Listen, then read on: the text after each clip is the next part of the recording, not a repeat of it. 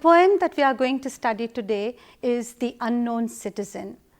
All of you would agree with me that poetry is not easy to understand.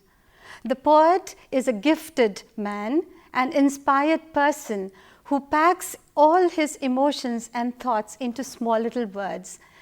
It is for us to understand the meaning of words, their association with other words, and the feelings of the poet in order to understand the message that he wants to convey to us in the poem.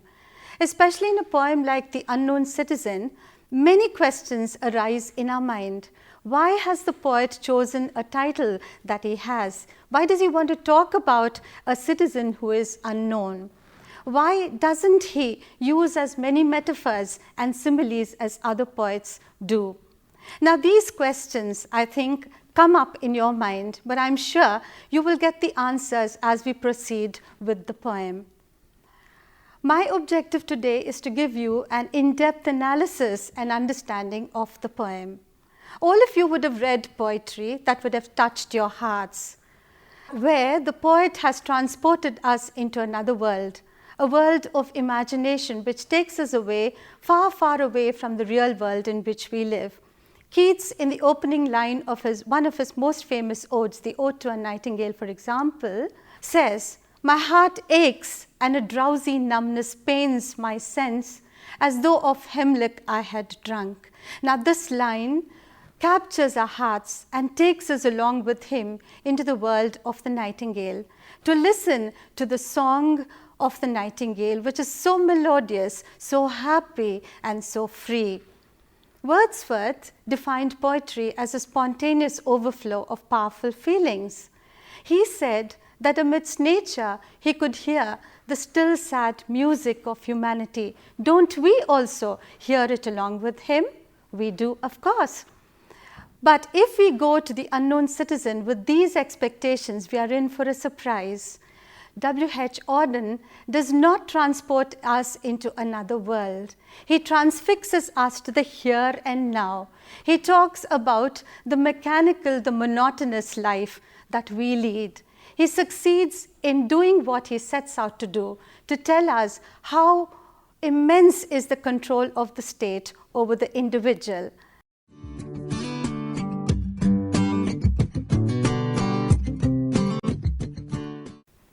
The poet in this poem talks about the absolute necessity for man to safeguard his freedom and to protect his happiness from the clutches of the state.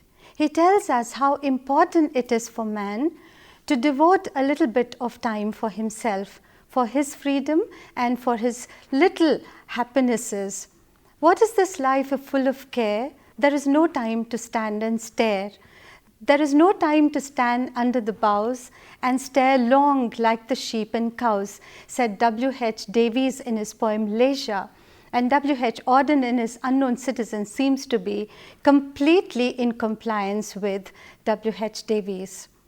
The poet in this poem tells us how very difficult it is for man to retain his individuality and his identity in a fast changing techno-savvy world of today.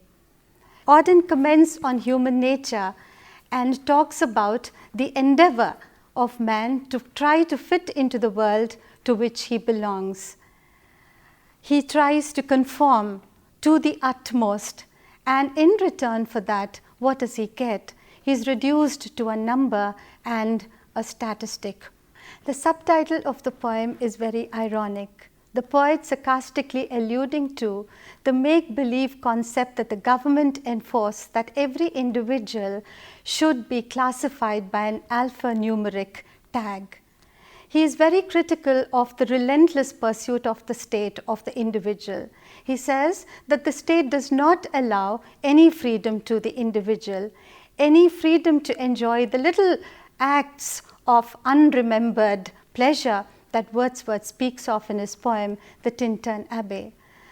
The title of the poem, The Unknown Citizen, too, is ironic. The poet says that everybody knows everything about the citizen, but nobody knows his name. Is that possible? Questions the poet. And we also feel this question arising in our mind. A modernist, W.H. Auden, was very concerned about the modern idea of man losing his identity in the fast-paced technological world of today. He is very critical of the state taking control over the individual. In The Unknown Citizen, he tells us that all the organizations of the government and research agencies are very happy with the unknown citizen because he does everything right at the right time. He is a model of compliance. He listens to every dictate of the state. He is a loyal and a friendly man. He generates revenue to the government because he believes in the installment schemes. He has everything that a modern man needs to have: a gramophone, a radio, a car, and a Frigidaire. The poet mocks the citizen who relinquishes his identity in order to serve the state. The state expects these sacrifices from the individual. W.H. Auden, a modernist, was very concerned about the modern idea of man losing his identity in the fast-paced world of today. The three dangers that Auden mentions in this poem, which are really the dangers that man has to face today, are anonymity, conformity, and the state control over the individual. Man has to really fight against these forces in order to retain his happiness and his individuality. The state-run organizations and research agencies that the poet mentions are all very happy with the unknown citizen because he does all the right things at the right time. He is a loyal worker, very sincere and faithful. He generates a lot of revenue to the government because he understands the benefits of the installment schemes.